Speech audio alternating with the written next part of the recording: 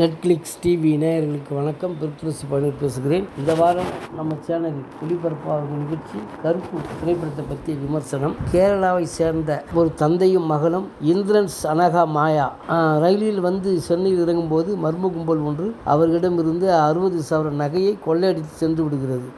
சென்னை 7 கிணறு பகுதியில் உள்ள மாவட்ட நீதிமன்றத்தை ஆட்டி படைக்கும் பேராசை பிடித்த வழக்கறிஞர் பேபி கண்ணனிடம் ஆர்ஜே பாலாஜி செல்கின்றனர். ஆனால் பேபி கண்ணனோ தனது செல்வாக்கால் நீதிபதி உட்பட அனைவரையும் விலைக்கு வாங்கி அந்த நீதிமன்றத்தையே தனது கட்டுப்பாட்டில் வைத்துக்கொண்டு ஒரு மாஃபியாவை போல் செயல்படுகிறார். தன் மகளின் கல்லீரல் மாற்று அறுவை சிகிச்சைக்காக திருடப்பட்ட அந்த நகைகளை மீட்க கண்ணனை நாடும் அந்த முதியவரிடம் கண்ணனும் அவனது ஆட்களும் நகையை மீட்காமல் பிரியாணி, சிகரெட் என அவர்களை ஏமாற்றி அலகழிக்கின்றனர். நம்பிக்கை இழந்த தந்தை கோர்ட் வளாகத்தில் இருக்கும் கருப்புசாமி கோயிலில் வேண்டுகிறார். இதனை அடுத்து பூமிக்கு வரும் வேட்டை கருப்பு சூர்யா எதிரிகளை துவம்சம் செய்கிறார். எனினும் பேபி கண்ணன் விடுக்கும் ஒரு சவாலை ஏற்று மனித உருவம் எடுத்து சரவணன் என்ற பெயரில் வழக்கறிஞராக நீதிமன்றத்துக்கு வருகிறார். வில்லன் விடுத்த அந்த சவால் என்ன? பாதிக்கப்பட்டவர்களுக்கு கருப்புசாமியால் நீதி பெற்று தர முடிந்ததா என்பதை பெரிய திரையில் பார்க்கலாம். நீண்ட இழுபறிக்கு பிறகு ஒரு வழியாக திரையில் வெளியாகியிருக்கும் இப்படம் உண்மையில் சூர்யா ரசிகர்களுக்கு ஒரு மிக சிறந்த ட்ரீட்டாக இருக்கும். கடைசி சில படங்களில் சூர்யா மீது வைக்கப்பட்ட விமர்சனங்களில் ஒன்று தொடர்ந்து ஒரே போன்று நடிக்கிறார் என்பதுதான். அதை இப்படத்தில் உடைத்து ஒரு ரகலையான கம்பேக் கொடுத்திருக்கிறார் சூர்யா. கிட்டத்தட்ட படம் தொடங்கி அரை மணி நேரத்துக்கு மேல் தாமதமாக என்ட்ரி கொடுத்தாலும் சூர்யாவின் கருப்பு கதாபாத்திரம் பண்ணியிருக்கிறார். தொடர்ந்து ஒரே போன்று நடிக்கிறார் என்பது அதை இப்படத்தில் உடைத்து ரகலையான கம்பேக் கொடுத்திருக்கிறார் சூர்யா. கிட்டத்தட்ட படம் தொடங்கி அரை மணி நேரத்துக்கு மேல் தாமதமாக என்ட்ரி கொடுத்தாலும் சூர்யாவின் கருப்பு கதாபாத்திரம் எப்போது திரையில் தோன்றும் என்று பார்ப்பவர்களுக்கு ஆர்வம் ஏற்படுவது படத்தின் மிகப்பெரிய ப்ளஸ். அந்த அளவுக்கு படத்தின் ஆரம்ப காட்சிகள் கச்சிதமாக எழுதப்பட்டுகின்றன. மூக்குத்தி அம்மன் படத்தில் கடவுளை வைத்து சமூகத்தில் நிலவும் மூட நம்பிக்கைகளை தோலுரித்த இயக்குனர் ஆர்ஜே பாலாஜி இதில் மற்றொரு கடவுளை கதாபாத்திரத்தை வைத்து நீதித்துறையில் நடக்கும் ஊழல்களை பேசியிருக்கிறார். எனினும் சூர்யாவுக்கு இதில் அதீதமான மாஸ் காட்சிகள் வைக்கப்பட்டிருந்தாலும் அவை எங்கும் உறுத்தும்படி இல்லை. படத்தில் வரும் சில நுணுக்கமான காட்சிகள் கவனிக்க வைக்கின்றன.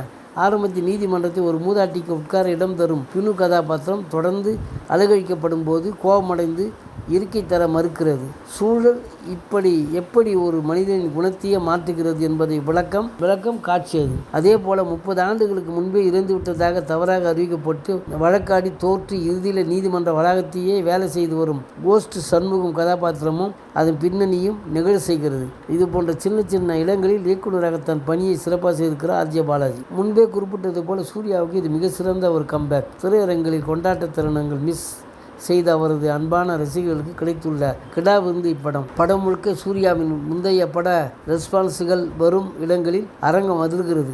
கருப்புசாமி கதாபாத்திரத்துக்கு சூர்யாவுக்கு கனகச்சிதம். த்ரிஷாவுக்கு படத்தில் பெரிய வேலை இல்லை. எனினும் கொடுக்கப்பட்ட வேலை குறைந்து சேர்க்கிறார். வில்லனாக ஆர்ஜே பாலாஜி ஆரம்பத்தில் பொருந்தாதது போல தோன்றினாலும் போக போக தன் நடிப்பால் ரசிக்க வைத்து விடுகிறார். ஊழல் நீதிபதியாக வரும் நட்டி சரியான பாத்திர தேர்வு. ஏற்கனவே சில தமிழ் படங்களில் சிறிய ரோல்கள் நடித்திருந்தாலும் மலையாள நடிகர் இந்திரன்ஸுக்கு தமிழில் இப்படம் ஒரு சிறந்த அறிமுகமாக இருக்கும். அந்த அளவுக்கு எமோஷனல் நடிப்பை வழங்கி அதகலப்படுத்துகிறார். எதற்கு இந்த படத்தில் சுவாசிகா என்பது கருப்புசாமிக்கே வெளிச்சம். முதல் பாதியில் இருந்த எமோஷனல் ஆழத்தை இடைவேளைக்கு பிறகு படம் இழந்து தவிக்கிறது. சூர்யாவின் காட் மோட் காட்சிகள் ரசிக்க வைத்தாலும் சூப்பர் நேச்சுரல் சக்திக்கான விதிகள் படத்தில் தெளிவாக இல்லை.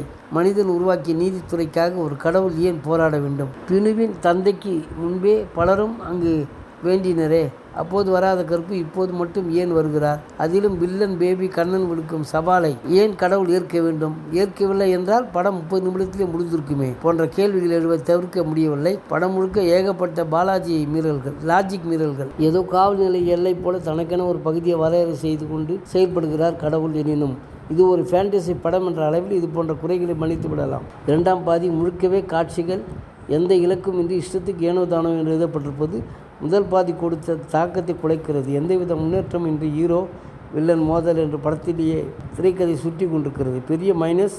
லியோ, சிங்கம், ஜெய் பீம் ஏராளமான படங்களின் ரெஸ்பான்ஸுகள் வருகின்றன.